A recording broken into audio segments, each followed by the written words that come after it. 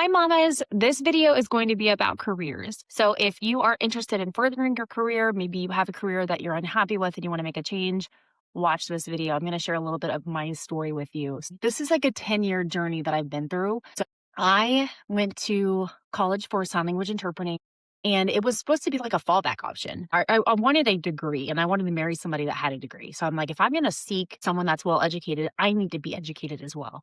So I went to college for this reason. I know this sounds insane, but I knew that sign language interpreters make pretty decent money. So I was like, I think this is something that I could do if I wanted to work. But my goal was to be a wife and a mom. So my goal is never to be like career woman first. And I'm so glad that my priorities changed. But a big reason why they changed was because I had success very quickly. Leased apartments through college. I was a part-time student and a part-time leasing agent, and I worked all the time. I never had a day off. So I literally worked on the weekends, worked on holidays. I moved to Louisville in September 2014. I got a job leasing in Louisville.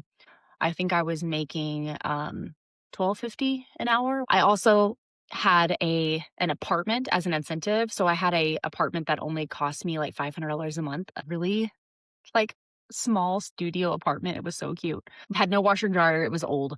But when you come from sleeping on an air mattress in a friend's apartment or your grandmother's spare room, having your own studio apartment was like, I was like rich. I was like, look at me. I have arrived in the world. So that was a big deal for me. So I got promoted very quickly. And that's kind of how this all started. So I became an assistant manager. I became a manager of an older property, became a manager at a very luxurious property. And then I became an area manager and then a regional manager. So this was from 2014 to 2020. I got promoted several times. Like every other year, I was getting promoted. And that didn't happen because of my amazing personality. It happened because of my work ethic. And the way that I have taught those that I've hired and trained on my teams is I would tell them, you learn and master your job, and then you cross train and learn the job above you. So when that position comes available and there's a spot open, you are ready for that experience. And that's been something I've held on to my entire life. I've had amazing people in my life that mentored me and were willing to train me because I could help with their job. It was a win-win, right? I could learn my job and their job, and I helped when they were out or sick or whatever. So I was always looking for ways to grow. And when I would go and work out at the gym, I wasn't listening to like a TV show all the time. I was really like on YouTube. I was like, how do I interview? How do I present myself? How do I build a career? How can I be successful? I was literally training myself for the life that I wanted.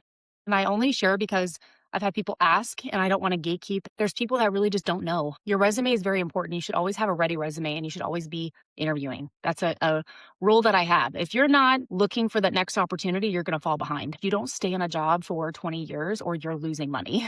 You have to move every couple of years to get that next pay bump, get that next experience level. Now, when you find a career path where you're successful, I understand staying and everybody's situation is different. But I will tell you, people that have the most success don't stay at a job more than 3 or 4 years without getting a pay raise or a promotion. So that was my philosophy. And when I ended my career, there was a few times in my property management career where I wasn't making enough. And I'm like, the owners are going to keep paying me what I'm working for. And I either have to I have to get a new job or I have to basically like put in my notice, because if you're doing a good job and the owners are paying you what they're paying you, they're not going to be like, let me give her more money. They're going to give you more money when you tell them you're going to go elsewhere, but you have to be prepared to leave. And it's just good business sense. Like, it's not that it's anything personal. So I was in a job, I was making like 60, 70 a year. So I'm like, well, I'm not going to stay here. And that's my rule that I tell any young person looking for a job is like, you're in business first for yourself. I'm in the Jelena business. You are in your business. Even though you work for somebody, you control your destiny and how much money you make.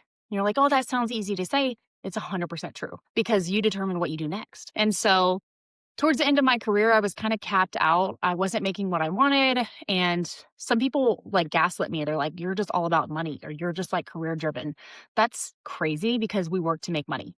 And you determine how much money you make, not them. You can go work anywhere. And that's what I did. I decided to change careers because I really wanted to earn more money for my family.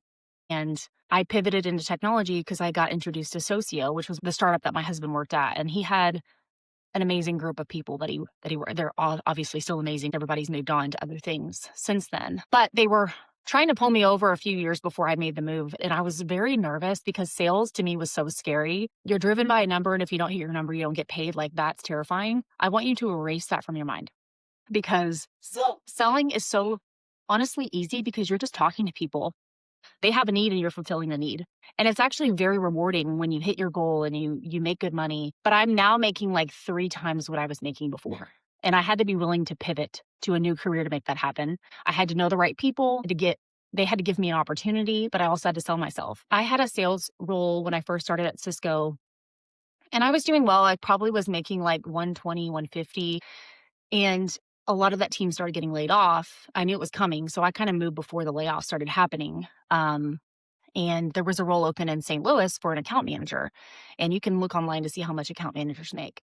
But my hiring manager at the time is like, Jelena, people your age should be making over 300 a year. And I was like, you're nuts. Like, who makes that kind of money unless you're like a doctor? But he was right. And I didn't believe him. He gave me an opportunity. I had to get in my position that I'm in today. I interviewed 10 times. So you have to learn how to interview.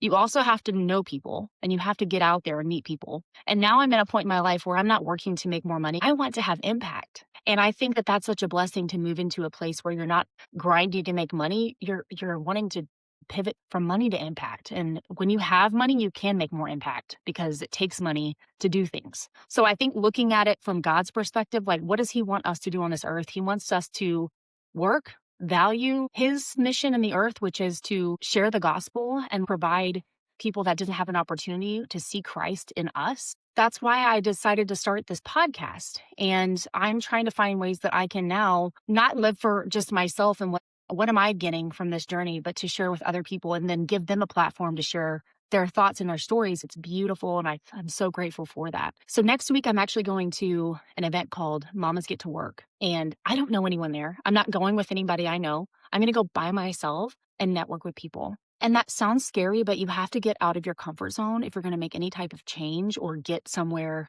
different than where you're at today. It takes being uncomfortable. And who you know is the most important part about your success. You have to know people. And that means you have to network. Look online. There's events everywhere. There's young professional events. If you're interested in a particular industry, there's industry-related events that you can go to. And Cisco is not a company that you just like walk into. If you don't go to college for technology or you're not interning, it's all about who you know. And that's just the reality of society. Everything is about who you know because there's hundreds of resumes coming through online of random people. You have to stand out. If you're in a position where you're like, I need to grow and go to the next step in my career, this is a way that you can do that.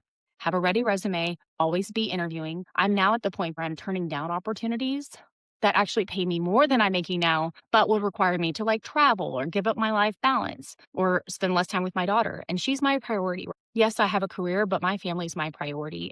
So I'm not willing to make those changes. And so I think that's a beautiful part of life. Like when you get to a point where you're looking to have more impact versus more money.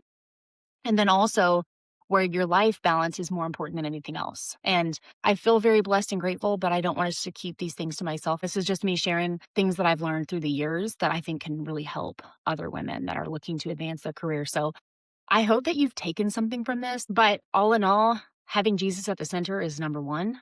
Having him at the center and surrounding yourself with the right people and support group is absolutely essential to being successful in anything that you do. And it's not always guaranteed. There's not a perfect journey. I don't believe in luck, though. I believe in hard work, and I believe that the Lord provides that ability. And I think that the Lord opens and closes doors, and we have to be willing to trust and listen and take those risks to follow him and put him first in our lives. I was a leader for about 7 years. I am an individual contributor now, and I did that for a reason. I had to take a step down title-wise so I could make more money, and I'm so happy. I would love to be in leadership in the future, but it's like that's not kind of the place that I'm at in my life. But if you have questions about anything related to leadership, careers, hiring, I've hired a lot of people, I've built teams. I'm happy to talk through those things with you. So thank you for listening today, and I hope you have a great day.